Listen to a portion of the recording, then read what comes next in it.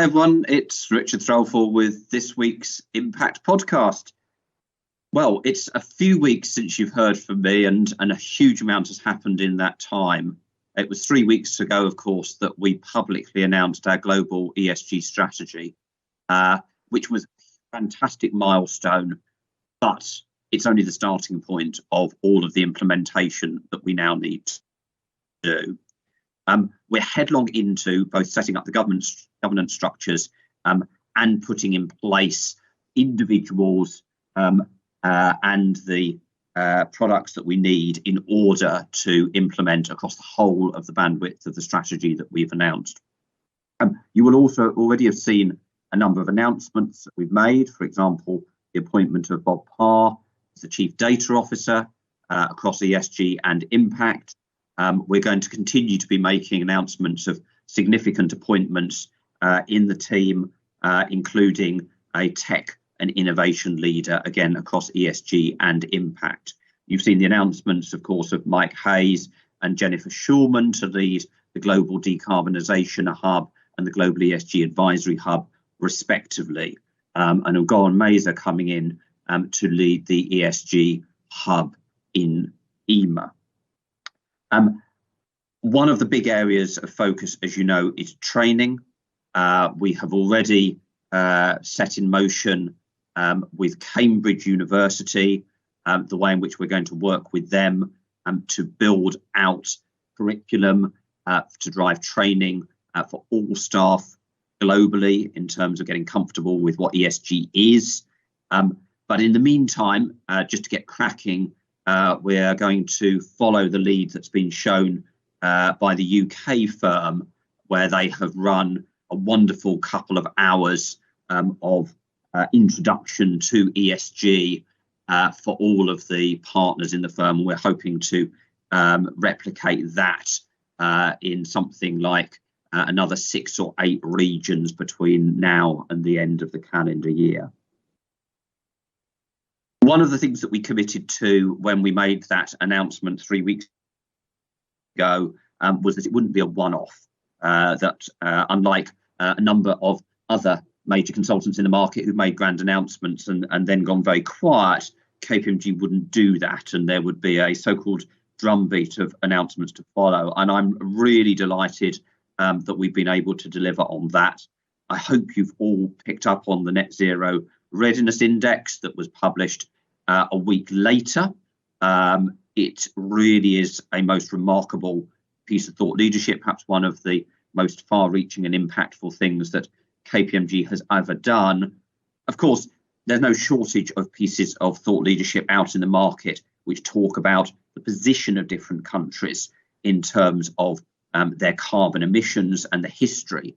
What is unique about the NZRI is that it looks forward and takes a view. What is the likelihood that the 32 countries that are covered in the report will actually achieve net zero emissions by 2050 or before? And it also contains fantastic insight in terms of the way in which the 5 biggest emitting sectors globally have capability within each of those 32 countries to be able to help on the pathways to decarbonisation. But that's not all. We have just announced the launch of the Blue Wealth of Nations, which is the sequel piece, looking at the relationship between biodiversity and the ocean environment, and this one particularly looking at the ability of the oceans to absorb carbon. So huge congratulations to Sophie Heading and other colleagues for getting that publication out. Today, we will launch Can Capital Markets Save the World, a fantastic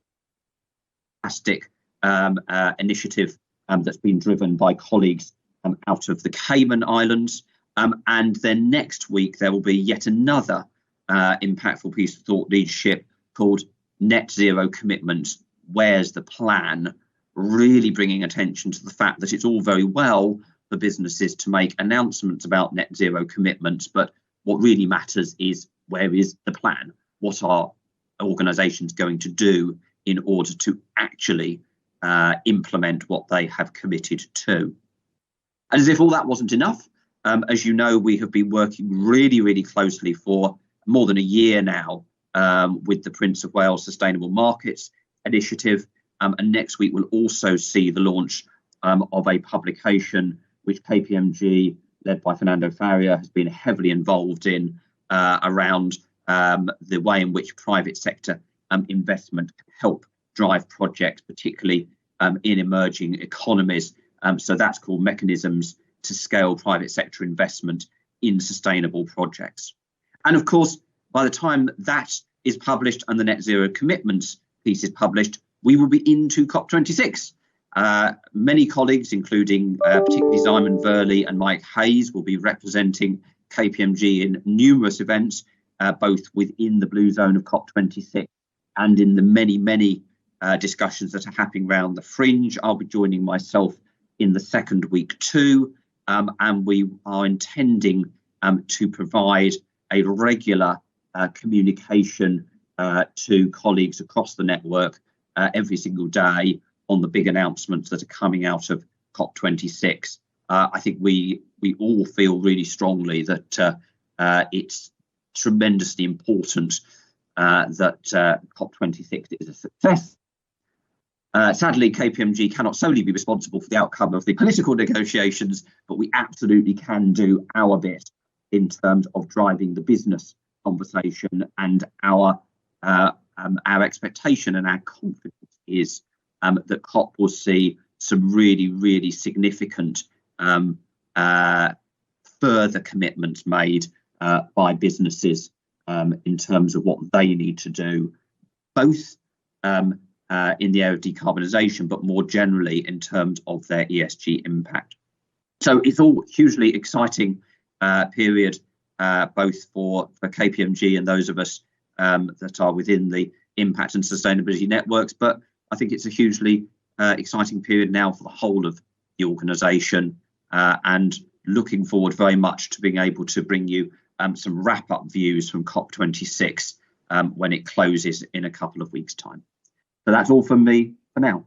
Thanks so much.